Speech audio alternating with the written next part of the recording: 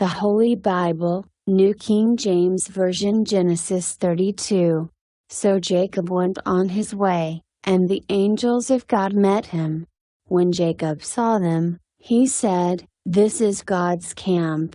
And he called the name of that place Mahanaim. Then Jacob sent messengers before him to Esau his brother in the land of Seir, the country of Edom.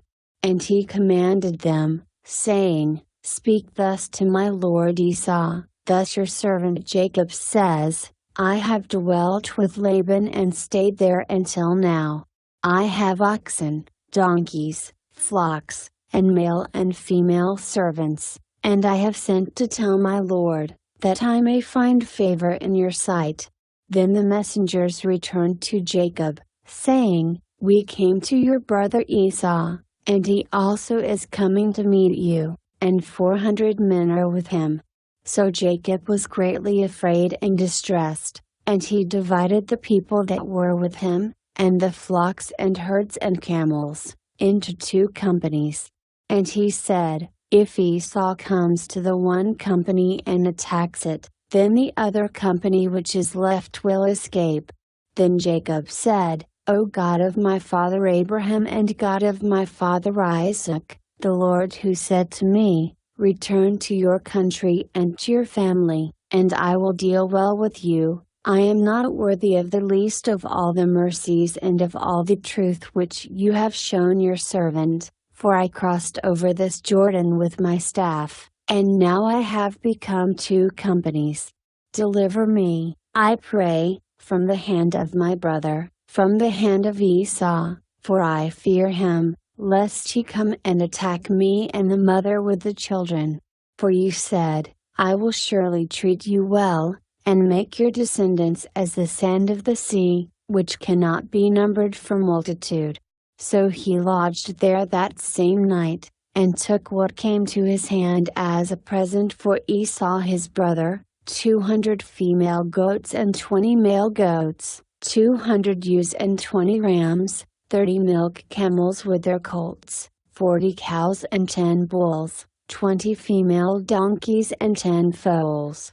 Then he delivered them to the hand of his servants, every drove by itself, and said to his servants, "Pass over before me, and put some distance between successive droves." And he commanded the first one, saying, "When Esau my brother meets you and asks you, saying, 'To whom do you belong, and where are you going? Whose are these in front of you?' Then you shall say, 'They are your servant Jacob's. It is a present sent to my lord Esau, and behold, he also is behind us.'" So he commanded the second, the third, and all who followed the droves, saying, "In this manner you shall speak to Esau when you find him, and also say, 'Behold, your servant Jacob is behind us.' For he said, 'I will appease him with the present that goes before me, and afterward I will see his face, perhaps he will accept me.' So the present went on over before him, but he himself lodged that night in the camp. And he arose that night and took his 2 wives, his 2 female servants, and his 11 sons, and crossed over the ford of Jabbok.